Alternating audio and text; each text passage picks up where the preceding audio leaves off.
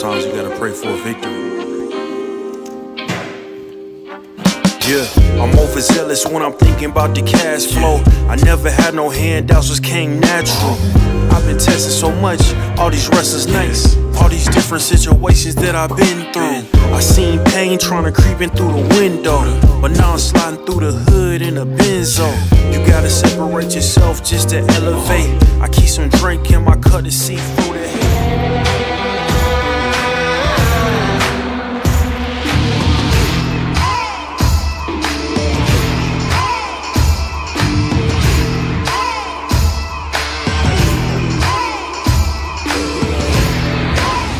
Salutare tuturor!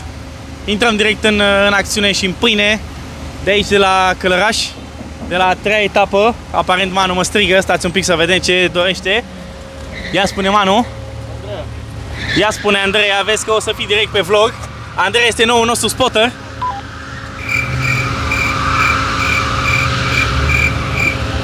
Andreea, mă auzi?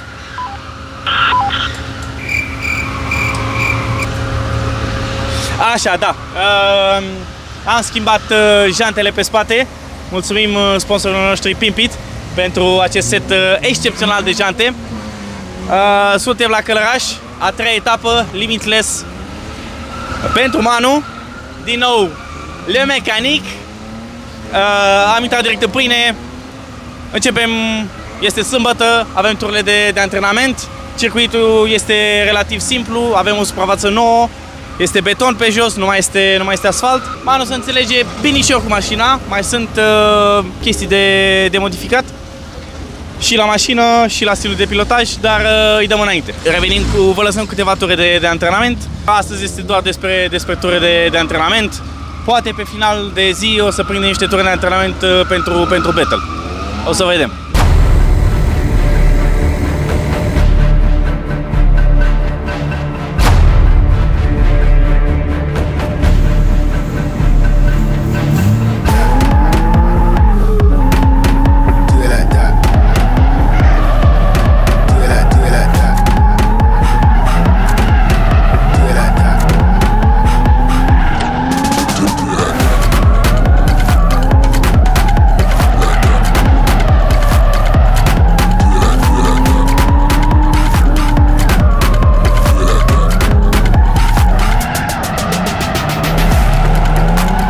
Salutare tuturor! Prima zi, antrenamente, prima sesiune de antrenamente, tocmai ce s-a finalizat. Mașina merge bine, avem niște jante cum trebuie. Mulțumim sponsorului nostru Pimpit. O să vedeți câteva cadre cu ele, arată demențial, mai ales când tragi frâna de mână, uleu, nemaipomenit. Suprafață, beton, fără cauciuc, un pic sanie, presiuni mai mici, amortizoare date pe soft. Am reușit să mă împac cu ea, e ok, merge bine. Trebuie să fiu un pic mai agresiv ca până acum. Sunt foarte mulțumit. Dăm înainte. Nu știu dacă sunt un pic mai vesel față de etapa trecută. Soare frumos. Sunt și un pic flash, că e foarte cald. Dar continuăm cu antrenamentele. O să vă lăsăm cadre aici ca să vedeți. Așa că îi dăm înainte.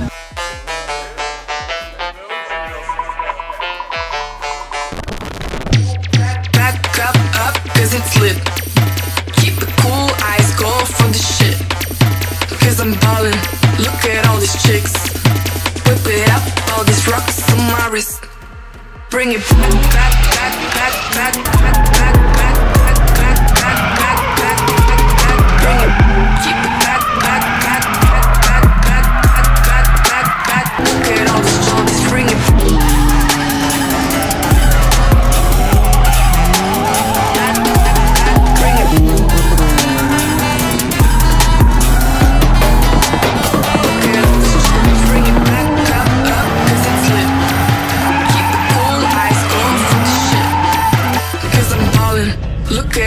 Chicks, whip it up, all these rocks on my wrist.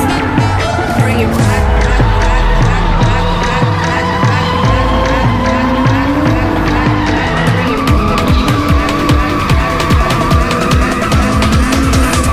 get all these shorties, bring it back, back, back, back, back, back, back, back,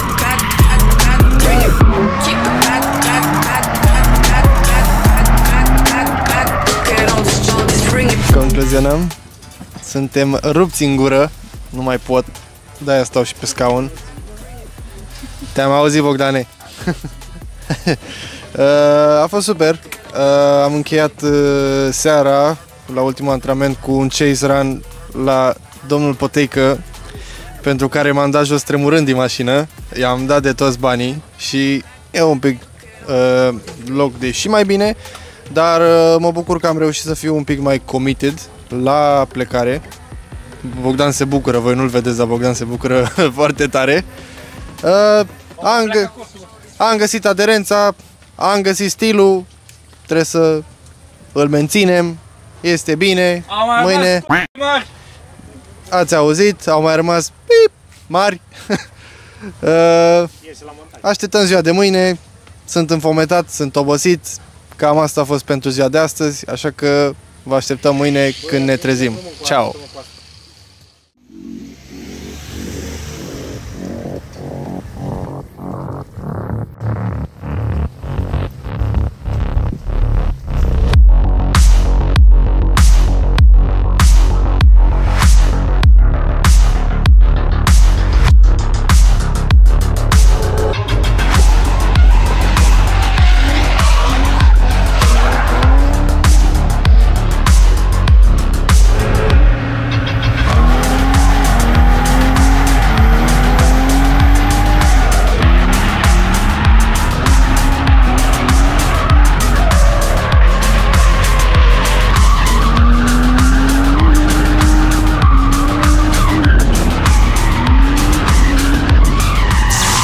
O nouă zi, un nou început, suntem fresh, ne-am odihnit.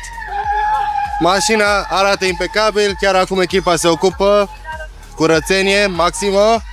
Eu mă simt fresh, am rumegat așa un pic ce am făcut eu ieri. Eu zic că reușim să și aplicăm.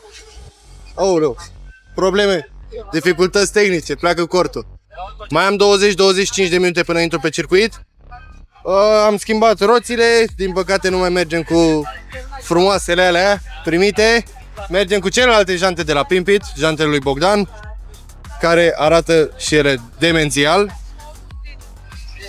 Ce să vă mai zic? Trebuie să vedeți acțiune, cuvinte multe... Da. Cuvinte multe degeaba, voi vreți să vedeți acțiune, așa că noi o să vă dăm acțiune. Deci revenim pentru noi 25 de minute, pentru voi un click.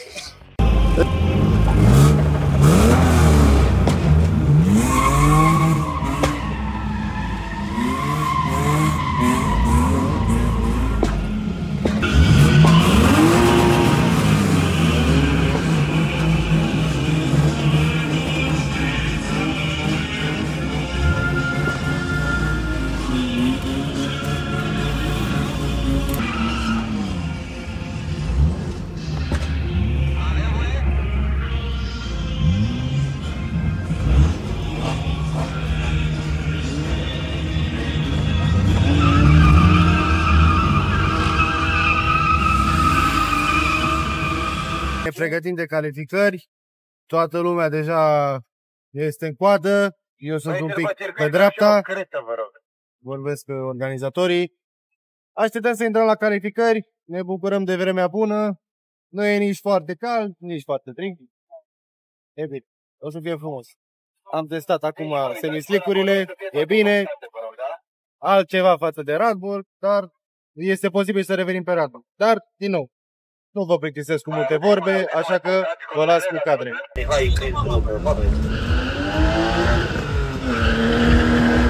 Haideți să vedem din partea ultima pentru Mihai Cristu Manuel, un pilot care ne-a arătat până acum ture corecte, deci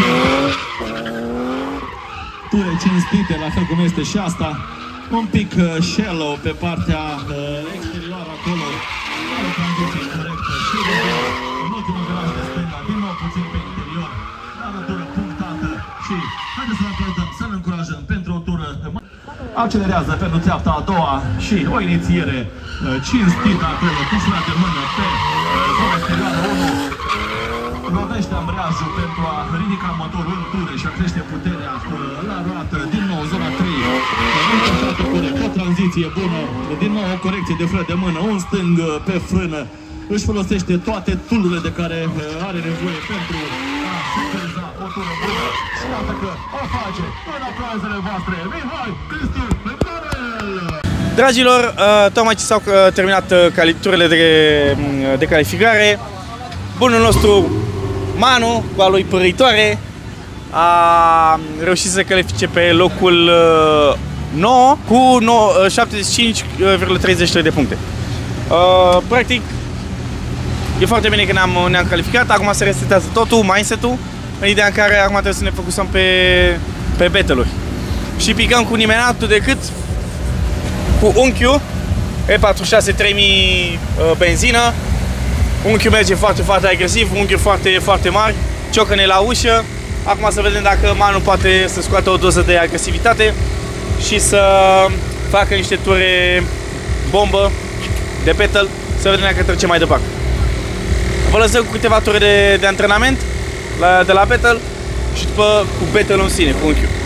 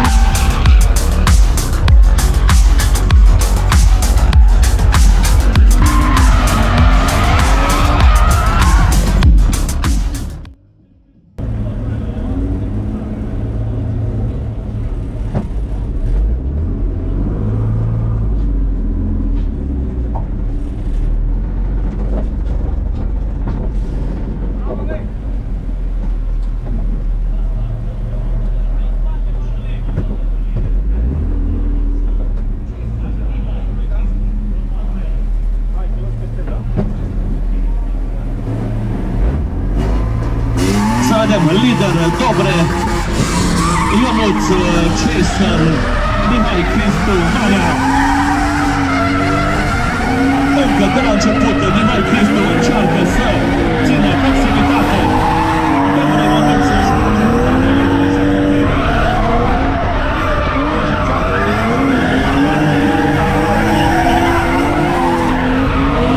și în aplauzele voastre, în aplauzele voastre, și lider îl avem pe Mihai Cristu, Manuel Chaser, cum o spuneam, bărbătește, îl avem pe Dobre Ionuț, stând pe frână acolo pentru a controla Chaser-anul, lideranul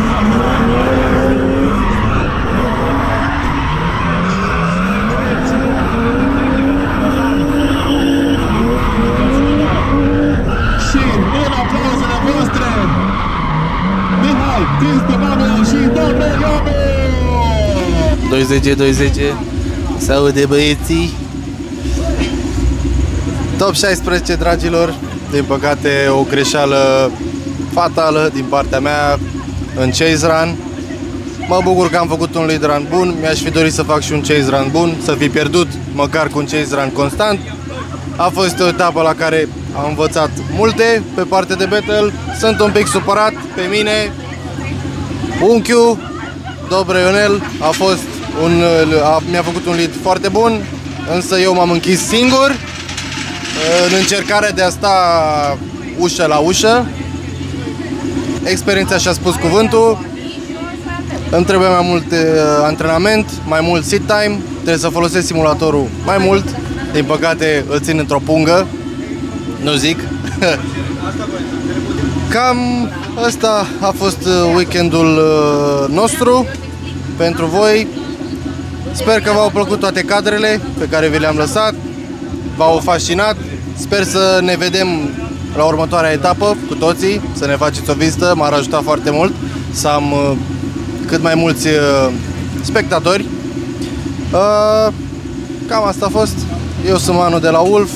asta ne este încheierea. Încă o dată, top 16.